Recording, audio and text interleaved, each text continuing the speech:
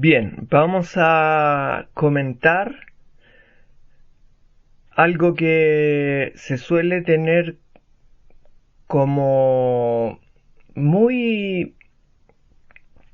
las personas están muy, se puede decir, seguras, convencidas o lo toman como algo eh, histórico o bíblico a propósito de temas escatológicos, es decir, a propósito del tema de cuándo sería la segunda venida, cuándo sería el día postrero, el tema de la conversión de los judíos, cuándo sería la conversión de este pueblo. De eso han corrido, como se dice, ríos de tinta. Se ha hablado mucho de eso. Y todos opinan de eso. Y se lo imaginan de muchas formas.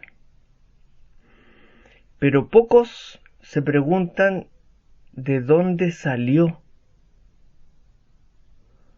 Porque eso no está en la Biblia.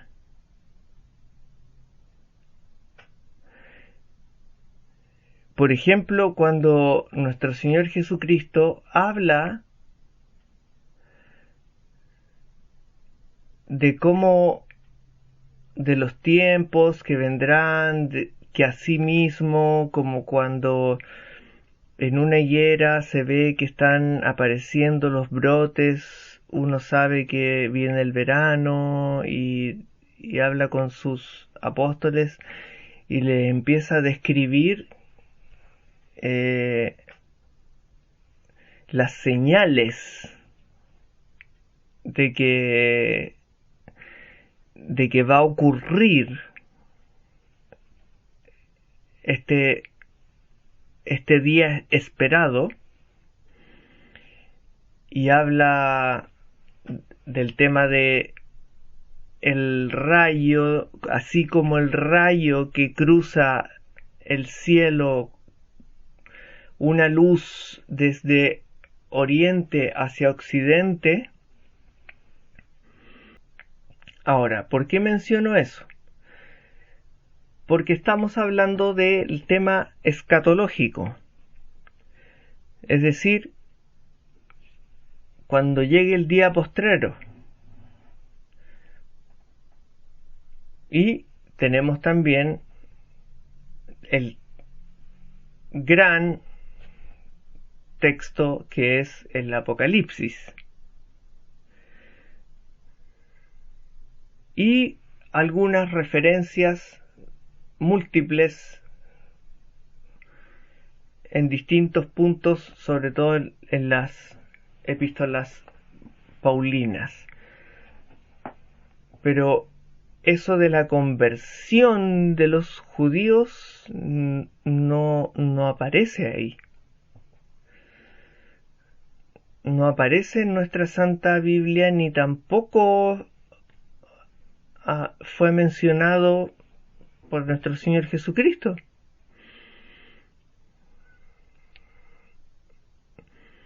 Ni tampoco por los padres de la iglesia. No hay una referencia de eso.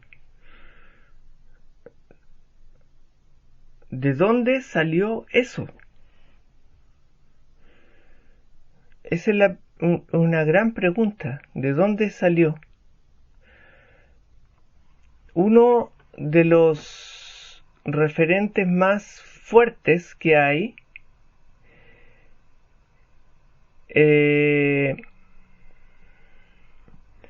es el tema de San Gregorio Magno,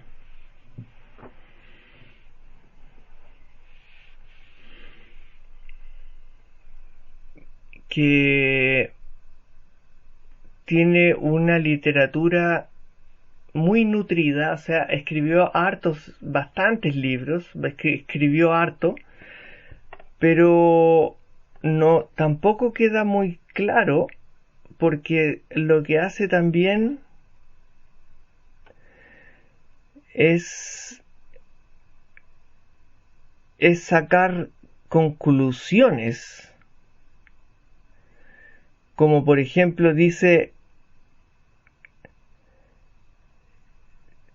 hasta que entre la totalidad de los gentiles,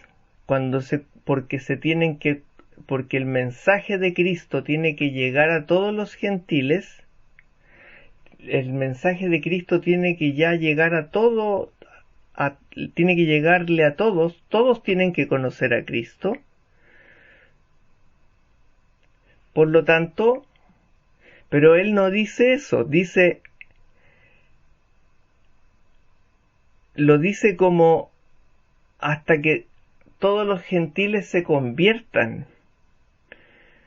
Por lo tanto, los judíos también tendrían que convertirse. Pero ahí hay un error, porque nunca se ha dicho que todos los gentiles y todo el mundo tenga que convertirse. Sí se dice, sí está claro que el mensaje de Cristo tiene que llegar a todo el mundo, pero no todo el mundo se va a convertir. Y de hecho, cada vez que nuestro Señor Jesucristo habla de el reino de los cielos, siempre dice que hay unos que están adentro y otros que están afuera. Unos que van a poder acceder y otros que no van a poder acceder. Está el tema de la parábola de las vírgenes y el esposo. Se cierra la puerta, pasen a disfrutar del banquete, se cierra la puerta y afuera es el llanto y el rechinar de dientes. Y así como esa hay muchas. Se cierra la puerta, pasen, adentro está disfrutando del banquete del Señor y afuera está el llanto y el rechinar de dientes, o está la vid, el árbol de la vid con sus frutos, y los sarmientos que se secan, se descuelgan, se secan de la vid y se caen, y que se juntan para el quemarse en el fuego. Está la separación del trigo y la cizaña. Se crían juntas hasta el día de la cosecha, que es el día de la cosecha, es el día postrero, el día final. Y el día final se separará el trigo de la cizaña, y la cizaña será enviada al fuego. Nuevamente, siempre está esa figura. ¿Por qué? Porque no todos se van a convertir. Por lo tanto, no se puede sacar como deducción que si todo el mundo, que si la palabra de Cristo va a llegar a todo el mundo, también el pueblo judío va a tener que convertirse, porque no todo el mundo va a convertirse. Eso es un juego de ahí un juego de palabras, un malentendido. Una cosa es que la palabra se difunda y el mensaje, el evangelio se difunda, y otra cosa es que se conviertan. Al principio había, claro, algunos que estaban acostumbrados al tema mosaico, al tema de Moisés y la ley de Moisés, de la antigua alianza, del Antiguo Testamento, pero eso fue de a poco decayendo, porque en realidad ya no eran judíos. O sea, eran judíos en términos de porque tenían un porque en ese momento todavía tenían ciudades, tenían un lugar donde vivían y el templo todavía estaba en pie, pero como les dijo nuestro Señor Jesucristo, aquí no quedará piedra sobre piedra. Y no pasaron más que unos años y los romanos barrieron con Judea y no dejaron nada. No dejaron nada, ni siquiera el templo. De hecho, dentro de la misma iglesia hay obispos que dicen que a eso que le llaman el muro de los lamentos no es parte del templo del rey Salomón, eso es parte de lo que fue un fuerte de las tropas de las legiones romanas, por ahí por el año 70, cuando, cuando desarmaron todo. Porque desarmaron el templo y ocuparon las piedras para hacer una nueva estructura que era un fuerte, un castrense militar. Y el pueblo judío, recordemos que a la venida de nuestro Señor, en la plenitud de los tiempos, como se dice, ya estaba en decadencia, ya la diáspora ya había empezado, los judíos ya se habían empezado a ir, vivían en Alejandría, en Egipto, en Turquía, en Grecia, en Persia, en distintos lugares. Las 12 tribus estaban separadas. Los samaritanos, que eran parte de las 12 tribus, no se podían ver. Judíos con los samaritanos, no. Ya la cultura judaica estaba desarmándose. Entonces lo que se empezó a repartir por la diáspora a través del mundo mediterráneo eran restos de lo que fue un pueblo.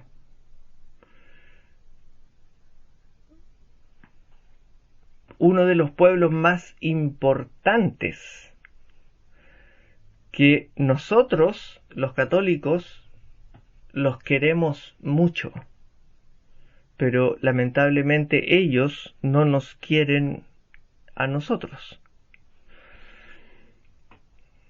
Nosotros los queremos mucho porque obviamente ellos son los primeros en recibir la revelación de Dios, pero ellos la recibieron como pueblo cerrado, no como católicamente para difundirla por el mundo. No, ellos la recibieron y la dejaron guardadita, como cerrada. Ellos eran los elegidos, nadie más. El resto del mundo lo pasaban por la espada. No estaban, no les importaba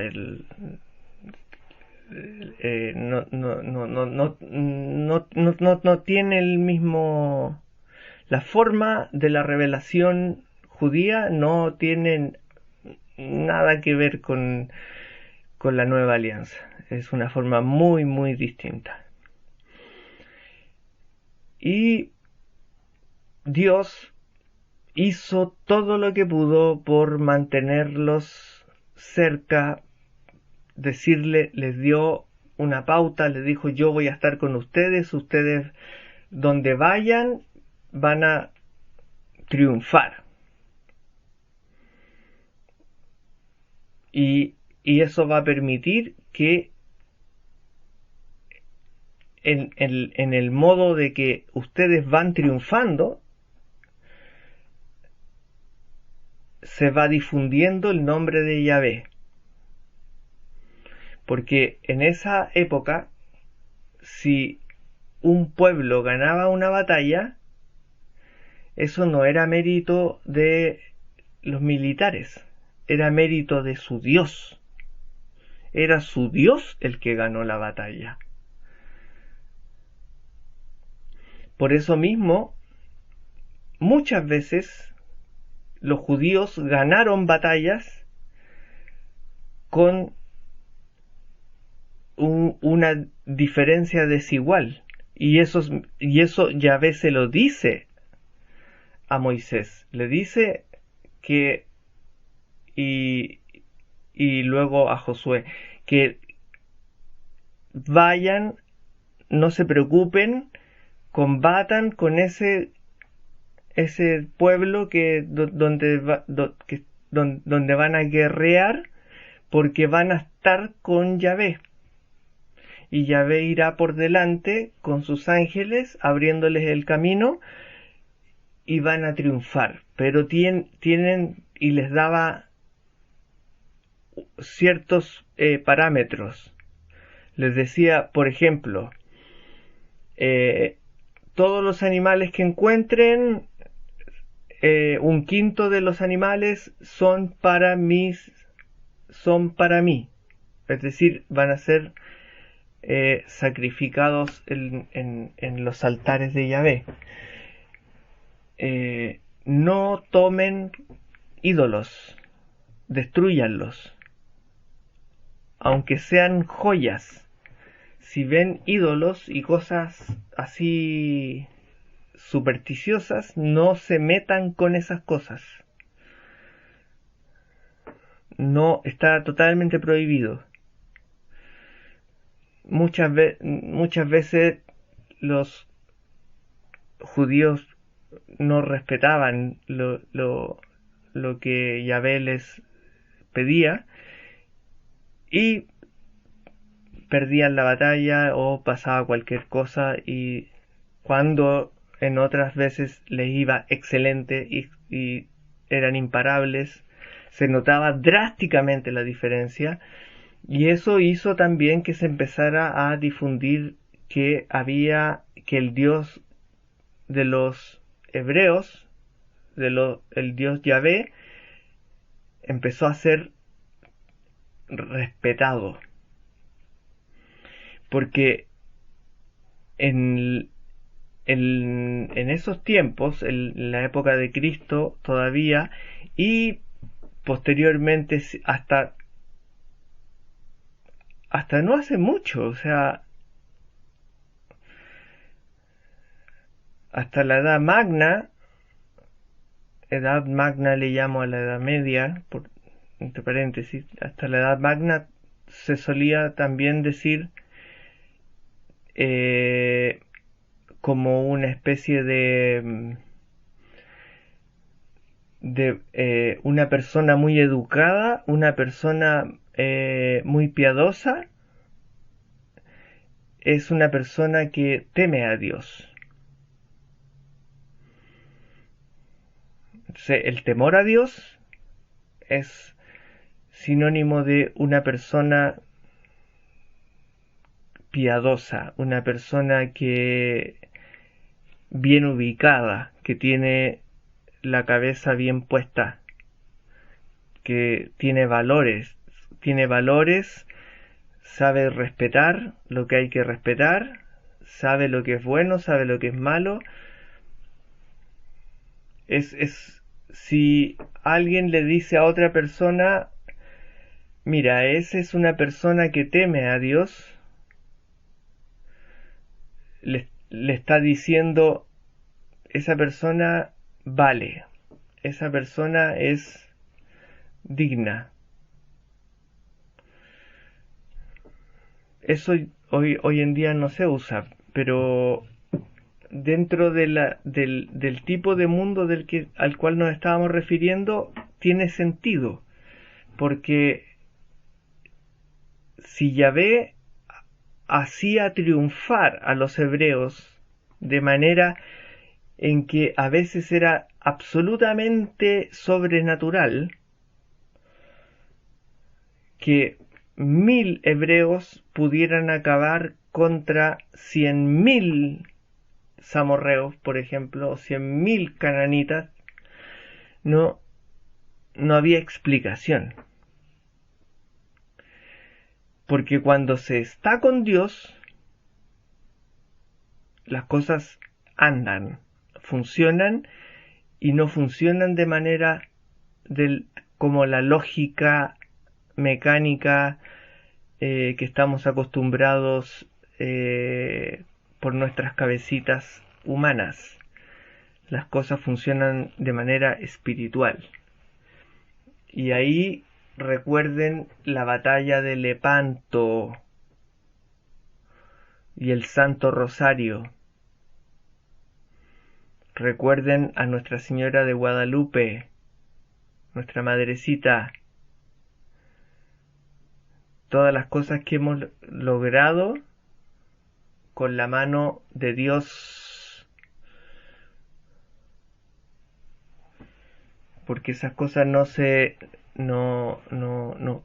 funcionan así como sacándola por lógica, no es por temor a Dios, pero un temor respetuoso.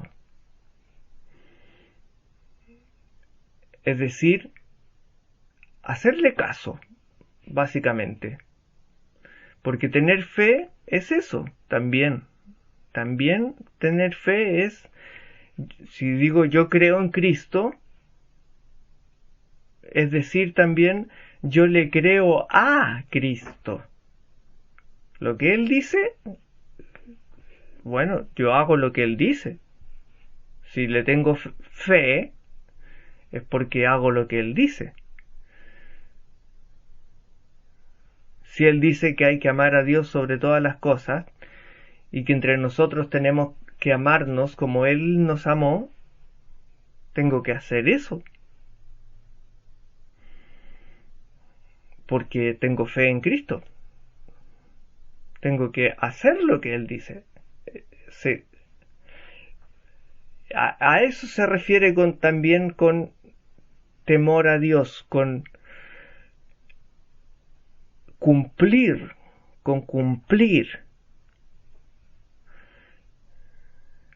hacer lo que dice, mantener la alianza. Estamos en una alianza. Bueno, dentro de la historia en general del plan salvífico, no está presente el tema de la conversión de los judíos como un condicional para que llegue el día postrero. Por lo menos hasta donde yo conozco de manera oficial. Quizás puedas alguna persona, alguna revelación particular, como se dice, alguna persona que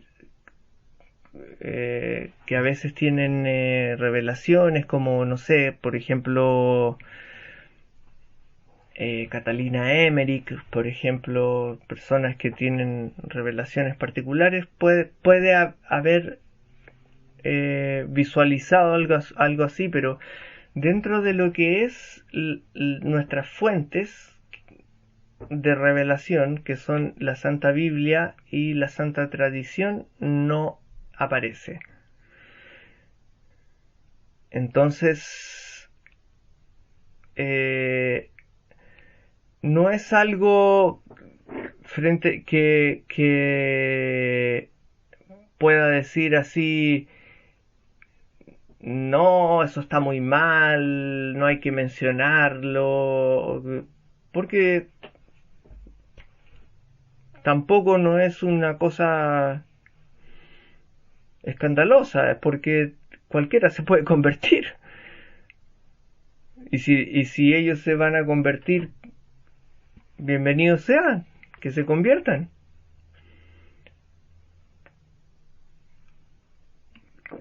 El tema es que, como les decía, y que no suelo escuchar mencionar, es que un judío que se convierte es un católico, ya no es un judío. Es como lo que pasó en España. En España también pasó eso. Cuando en la Hispania, cuando logró detenerse el avance musulmán y logró consolidarse la península hispánica, la península ibérica, lo que se le ofrecía a las personas de otros cultos, como eran los musulmanes y los judíos, era: o usted y su familia se convierten o se van, porque aquí vamos a vivir católicos. No es tan así como lo pintan, porque siempre pintan todo, todo lo que sea hispano, lo pintan, incluyendo los hispanos de Hispanoamérica como los hispanos de la península, siempre lo pintan como que todo fuera sangriento, todo fuera unos latigazos o algo barbárico, no sé. No, lo que se hacía era preguntarle a las personas si querían participar, ser católicos o no. Y si aceptaban, entraban a un catecismo.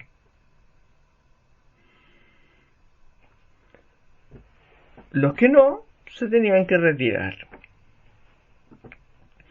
Obviamente, habían otros que no se querían ir. Y había que... ahí la cosa cambiaba. Cambiaba el tono. Y habían luchas, por supuesto. Pero no es algo que haya partido ahí por una lucha y hayan entrado pateando las puertas de las casas y todo eso, sí. No, no es así. Bueno, el tema es que la conversión de los judíos como condicional, como que tienen que convertirse para que llegue el día postrero, no parece tener tanto apoyo. Dentro de la cultura popular, en términos así de lo que dice la gente,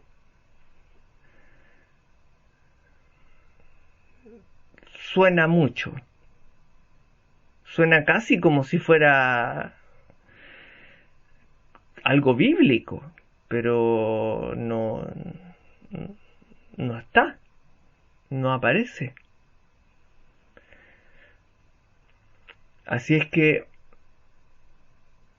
hay que saber ahí diferenciar y darle el peso a cada cosa, el peso que se merece, ser justos, ser criteriosos, tener criterio. Porque hay cosas que nuestro Señor Jesucristo sí dijo explícitamente,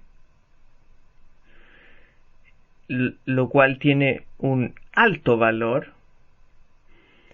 Está todo el libro del Apocalipsis, lo cual tiene también un altísimo valor,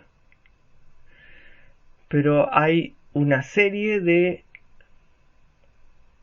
otras cosas, sobre todo que han ido saliendo este último siglo, por decirlo así, desde el siglo, digamos, desde principios del siglo XX, finales del XIX hasta acá,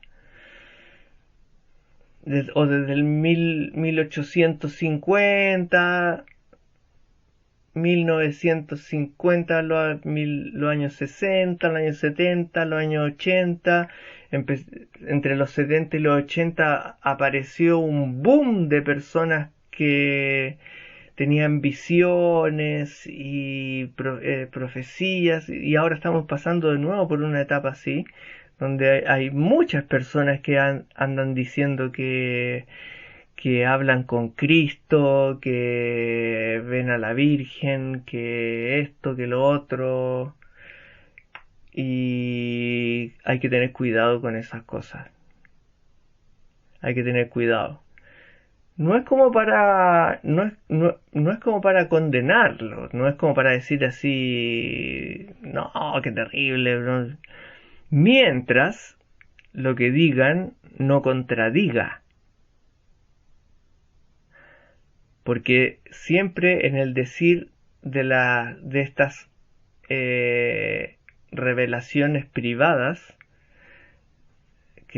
cuando una persona dice que se le reveló algo, que se le apareció la Virgen o que se le apareció nuestro Señor Jesucristo, lo primero que hay que notar es que tenga sintonía con nuestras fuentes de revelación. Es decir, que esté en línea con la Santa Tradición y con la Santa Biblia. Porque no se puede inventar un nuevo evangelio. No puede salir con cosas que Cristo nunca dijo o que contradicen lo que dijo nuestro Señor Jesucristo. O sea, la verdad que Cristo es. No puede contradecirlo. Porque la revelación ya está hecha y está cerrada, como conversamos hace poco. Se cerró cuando se terminó el Apocalipsis. Se terminó de escribir el Apocalipsis, ¡pum!, se cerró. Y todo lo que ha venido después son estudios y formas en que el Espíritu Santo ha permitido ir refrescando y manteniendo vigente la misma revelación expresada de distintas maneras, pero siempre es la misma, expresada de distintas maneras, la misma. Entonces hay que tener mucho cuidado con eso. Porque también está el otro tema, que es el tema de lo que llaman los falsos judíos. El tema de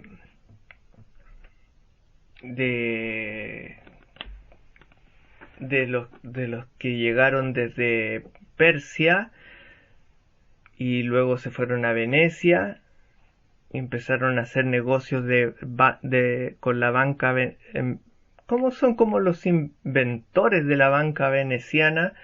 Porque las familias muy pudientes de Venecia, que son familias patricias romanas que no quisieron nunca volverse católicas y se escaparon de Roma y se fueron a los pantanos de Venecia para que ninguna caballería pudiera acercarse a ellos. Por eso eligieron esas tierras pantanosas y allí construyeron sus mansiones y empezaron a hacer comercio y amistad con el sector, con todos los sectores más de la Macedonia, la península de los Balcanes, y con los persas, sirios y fenicios y se contaminaron, por decirlo así, de tal como los romanos siempre lo solían hacer, de cultos paganos. Entonces en Venecia eran expertos en cultos paganos. Y ahí llegaron una serie de, entre comillas, judíos que algunos estudios arrojan que no son judíos, son son persas convertidos al judaísmo, pero no son judíos originales de Judea, ni de Galilea, ni de Nazaret, ni de Canaán, no, vienen de más arriba, de al lado de Turquía, más al oriente, vienen de Persia y se convirtieron al judaísmo y así llegaron a Venecia presentándose como judíos, y a ellos se les confió el dinero y se volvieron como los agentes de banca, agentes bancarios de las familias patricias millonarias de lo que había sido la Roma antigua que se estableció ahí en esa zona. Y ellos desarrollaron la banca, el sistema bancario. O sea, tiraron las líneas básicas de cómo se hace la banca, los préstamos y cómo se hacen los intereses, las tasas de interés y todo eso. Inventaron la banca en el fondo, todo lo que es la especulación bancaria. Y les fue, pero excelente, o sea, se volvieron millonarios. Y luego de un tiempo se trasladaron algunos a Orange, al reino de Orange en Flandes, en los Países Bajos, lo que es ahora Holanda, Bélgica, y con el sistema que habían inventado de préstamos, letras de pago, pudo desarrollarse lo que fue el nacimiento de la... Estoy hablando, avanzando rápido en la historia, lo que fue el nacimiento de la Compañía de las Indias Orientales, que es empresas que venden acciones, las bolsas de comercio, es decir, el nacimiento de la bolsa de comercio como sistema de vender acciones, partes, en inglés le llaman share, una parte, se venden pedacitos del proyecto, de la empresa. ¿Y la empresa cuál era? La empresa en este caso era ir en un barco a buscar o saquear o lo que fuera, robar, saquear, bombardear o explotar. Habían muchas formas que se ocupaban en ese tiempo los países, sobre todo los países de Europa del Norte, para obtener recursos y después volver y repartirse la ganancia proporcionalmente a lo que cada persona adinerada había puesto para el viaje. Y ese sistema se empieza a ser muy famoso, y luego hacen una sucursal más en lo que hoy en día se llama la City de Londres,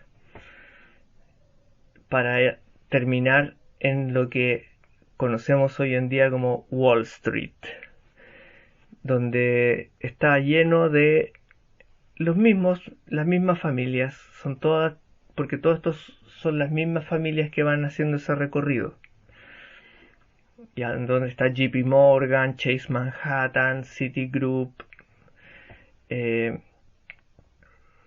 que en el fondo controlan el mundo, desde los Yuppie, de la explosión de los petrodólares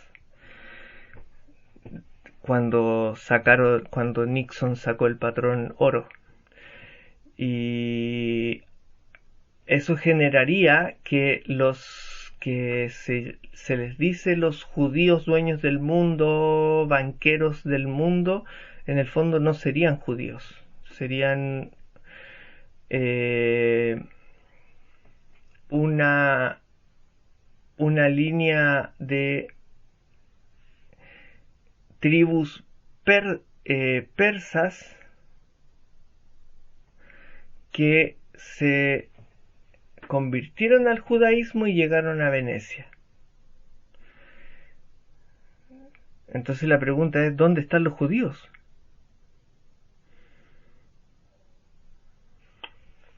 Bueno, los judíos se dispersaron. Hubo en Europa, durante toda la Edad Magna, hubo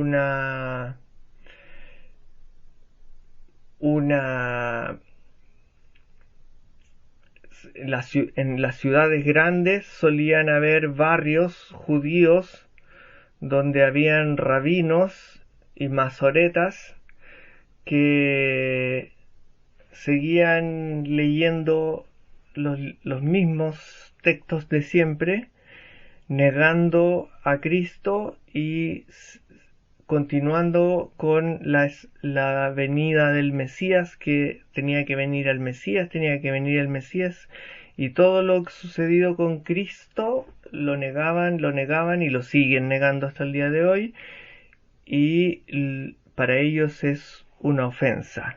Es cosa de preguntarles o intentar hablar con ellos acerca de eso, y van a ver qué es lo que ocurre. En realidad no se los recomiendo, no les hablen de eso, porque suelen ser un poco violentos a veces cuando les hablan de ese tipo de cosas. No reaccionan bien. Entonces hay varias cosas que resolver al respecto. El otro tema, la otra arista importante del tema es que el pueblo judío, como dije en un momento, nosotros los católicos lo queremos mucho, porque ellos recibieron la primera revelación. Dios se contactó con ellos, les empezó a hablar a ellos, a los padres, a los patriarcas, le empezó a hablar a ellos. El punto es que ellos cumplieron un rol dentro del plan salvífico. Dios, dentro de su infinito amor, siempre ha querido que el ser humano vuelvan a ser amigos.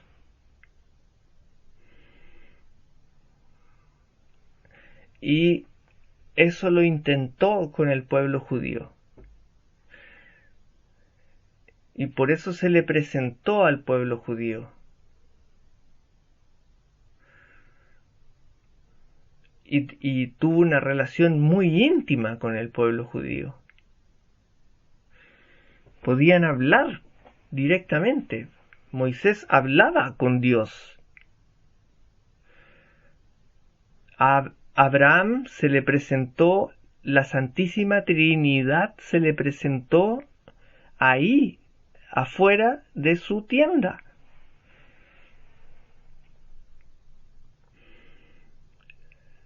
Las diversas Biblias traducen de distintas maneras, dicen, y él estaba sentado a la hora que hace mucho calor o que estaba el sol alto, estaba sentado afuera de su tienda y vienen caminando 3 ángeles. No, no dice ángeles. Dice 3 personas, 3 hombres. Que es cuando Dios le viene a avisar que va a tener con su mujer, con Sarai, va a tener descendencia. ¿Y por qué sabemos que es la Trinidad? Esto en realidad es una hipótesis mía. Porque Abraham se va rostro en tierra. Y siempre le dice a los 3, les dice mi Señor.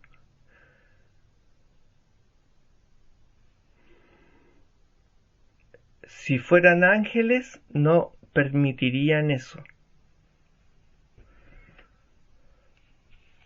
Le dirían ponte de pie. Le dirían ponte de pie, que tu Señor nos ha enviado a avisarte que y el diálogo sería distinto. Y si uno lee ese diálogo, que está en Génesis por la altura del 12 o del 20 o más quizás, por ahí, el Génesis más avanzado, el diálogo que tiene, siempre Abraham habla con estas 3 personas y les dice mi Señor. Les habla en singular, no les habla en plural, les habla en singular. Pero mi Señor, entonces mi Señor, siempre les dice mi Señor. Entonces, ¿cómo les dice mi Señor si ahí hay 3 personas?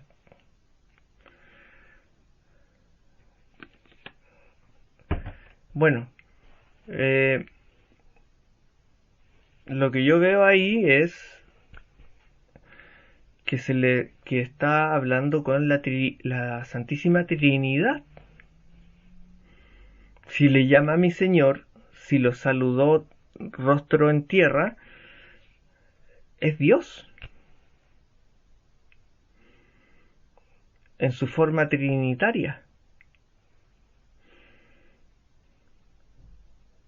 Por lo mismo también al principio del Génesis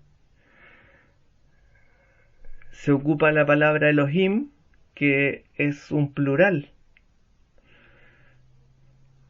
Es como decir las divinidades, o sea, es como decir es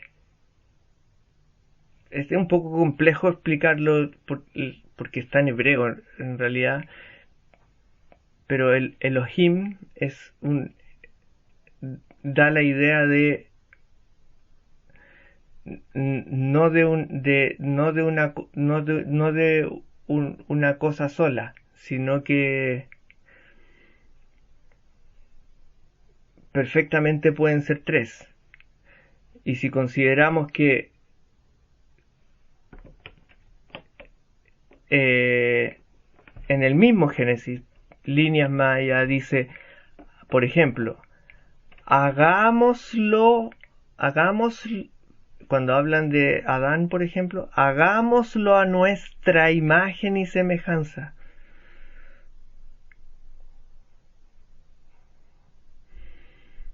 Eso es en plural. Hagámoslo a nuestra imagen y semejanza. No, no, no, eso no implica más de uno. Y si y si nos apoyamos también con San Juan, al principio era el verbo y el verbo era uno con Dios, y volvemos a ver el Génesis, vamos a ver que Dios crea con la palabra, crea con el verbo, con el logos, porque es el logos verbo, el verbo es activo, a diferencia de los sustantivos, los adjetivos, etc. El verbo es la acción. Las cosas se ponen en acción, se ponen en movimiento con los verbos. Y el Espíritu de Dios aletea sobre las aguas, o sobre el abismo y de las aguas, etc. El Espíritu de Dios aletea sobre las aguas. Dios crea con el verbo, o sea, la Trinidad está por todas partes. No es algo que haya sido inventado, como dicen algunos, después, como si fuese un invento católico, porque siempre todos dicen que no, si es un invento católico de Constantino, como cosas así, dicen. No es así. Ustedes pueden ver la Trinidad desde que se empezó a crear el mundo, pueden ver la Trinidad en acción. La Santísima Trinidad. Entonces, para cerrar, volviendo al tema, hay varias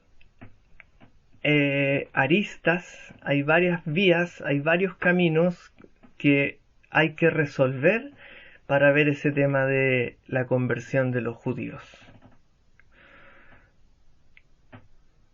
Porque lo que más vemos en realidad es lo contrario. Hoy en día estamos llenos de sectas judaizantes que hacen que las personas crean que están